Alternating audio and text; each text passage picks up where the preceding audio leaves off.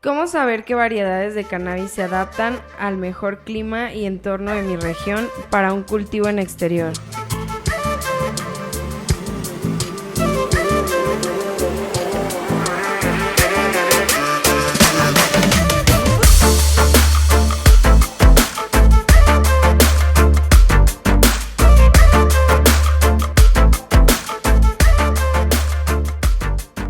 Tenemos que tomar en cuenta cuáles son las necesidades de nuestra región. Es importante considerar que la cannabis por miles de años ha crecido en exterior en diferentes lugares. Si tenemos un lugar húmedo, por ejemplo, podemos buscar en Tailandia o en Vietnam, en zonas donde es cálido y húmedo, o en zonas de la costa de nuestras mismas regiones, que sepamos que viene de ahí la flor y tomar esa semilla y tratar de reproducirla.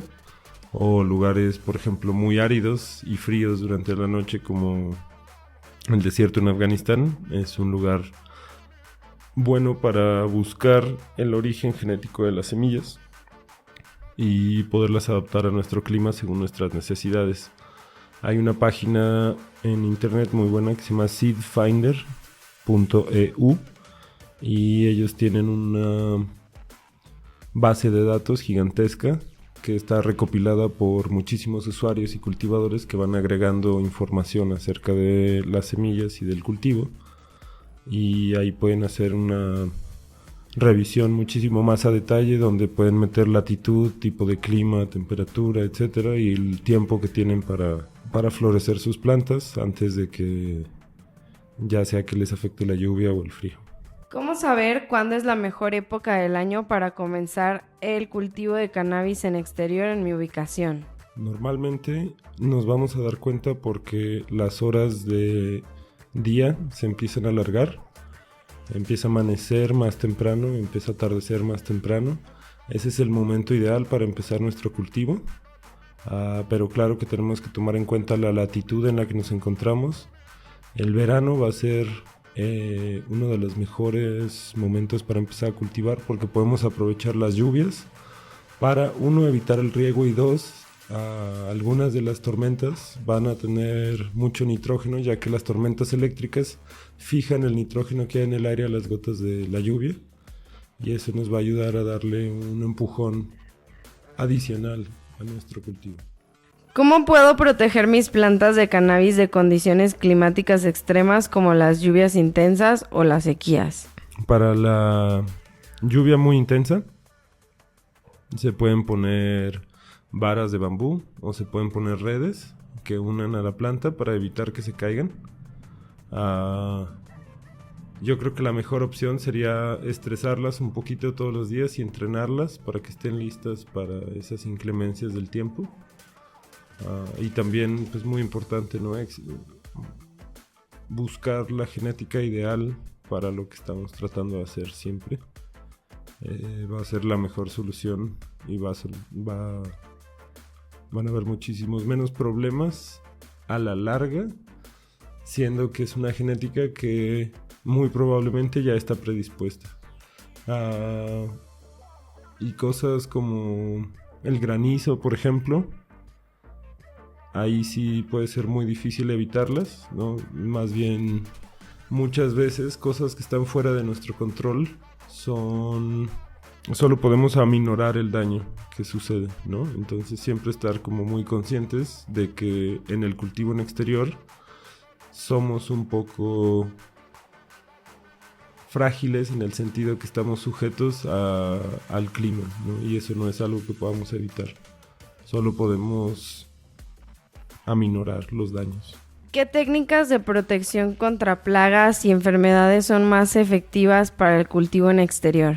La asociación de cultivos ha sido, en mi experiencia, la mejor solución que encuentro. Esto es sembrar otro tipo de plantas que producen flores, plantas aromáticas.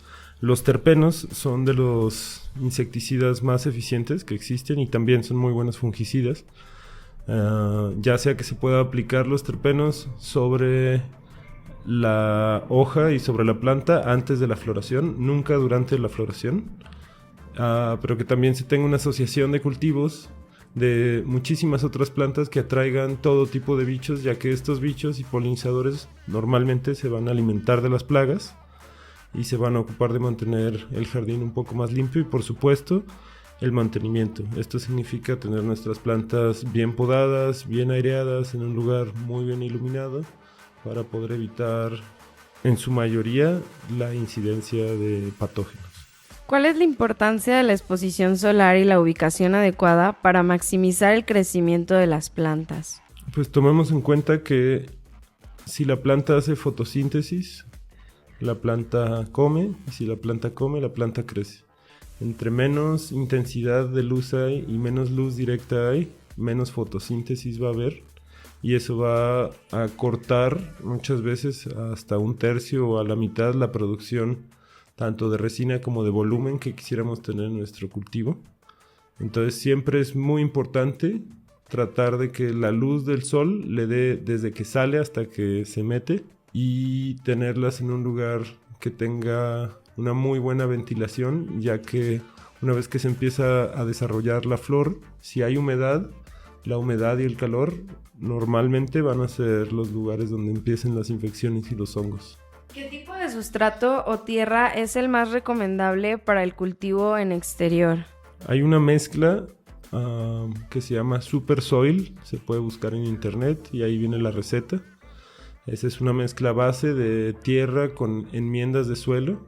Yo podría recomendar la tierra de campo con composta, perlita y enmiendas como harina de roca, harina de sangre, harina de plumas, harina de camarón, la invernita, todas estas, un poco de calcio. Hay que recordar que algunas de las enmiendas que le vamos a hacer al suelo tienen que ser un poco más durables. Por ejemplo, la harina de roca que tiene calcio, el calcio es muy móvil en la planta, entonces constantemente tenemos que estarle dando calcio, y al poner enmiendas como la harina de roca nos estamos asegurando que tenga calcio por lo menos durante todo el ciclo, ¿no?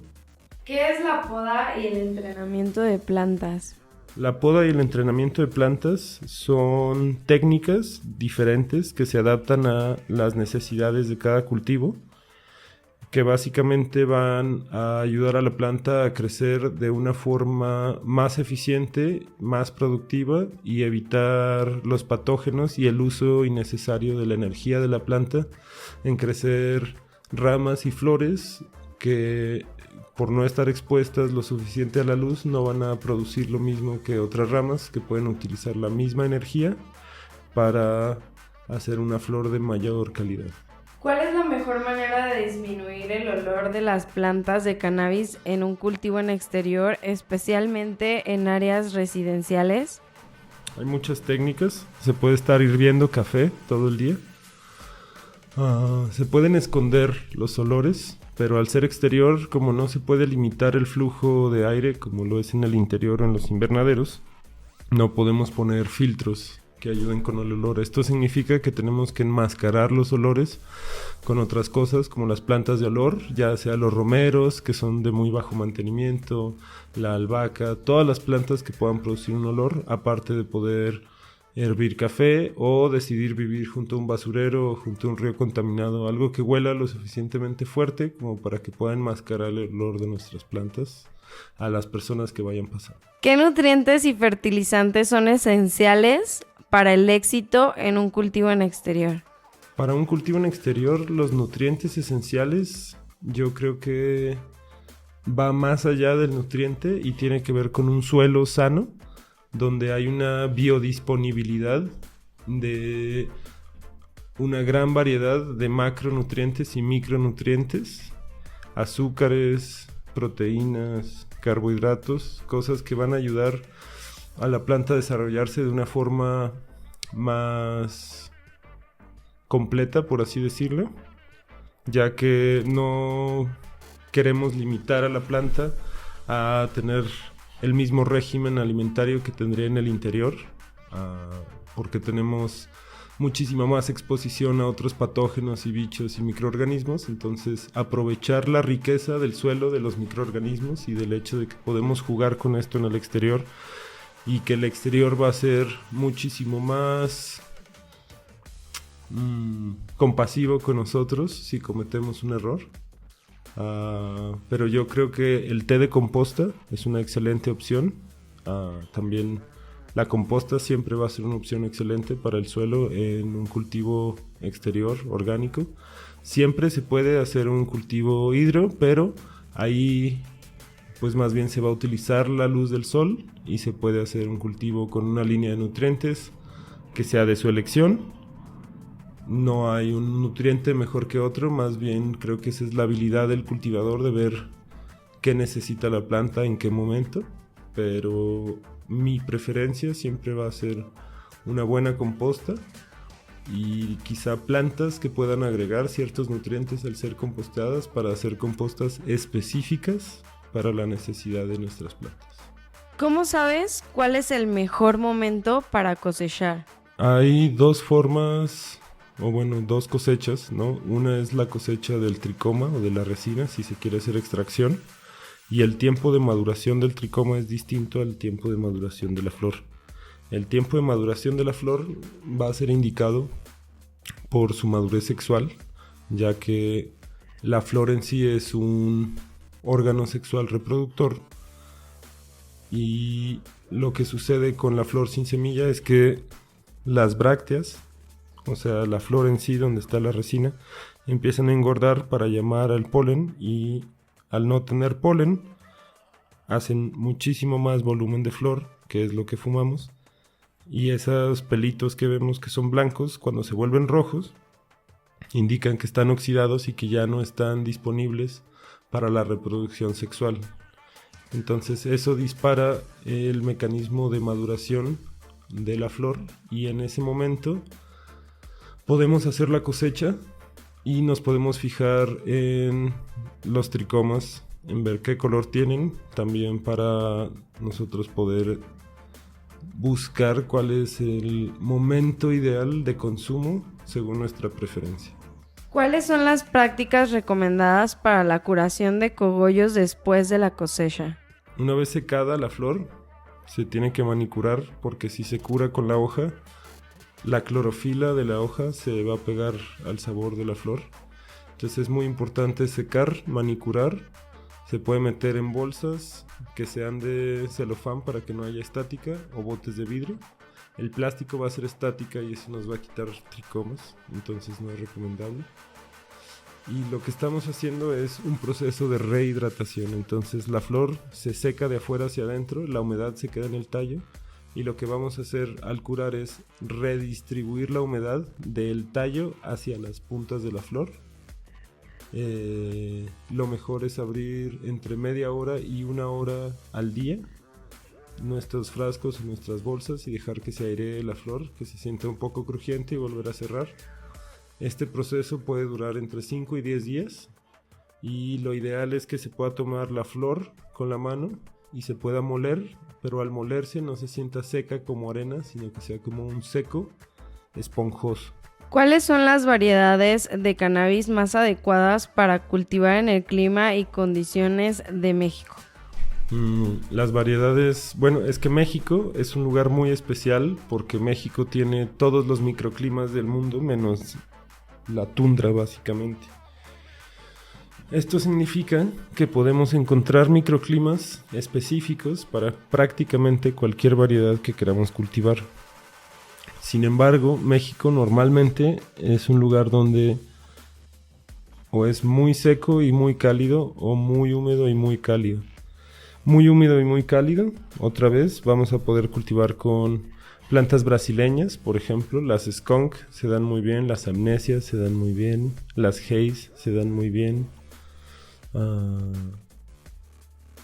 Pero hay otros lugares donde al contrario, ¿no? Las kush se dan mejor por lo seco que está. México tiene aproximadamente 3 temporadas de cultivo, una que es de secas, muy cálido, otra que es de lluvias, muy tropical y otra que es en invierno, que es seco y muy frío. Entonces podemos aprovechar para variar nuestros cultivos y jugar con diferentes variedades que se vayan adaptando a este tipo de climas o a estos cambios tan bruscos que tenemos.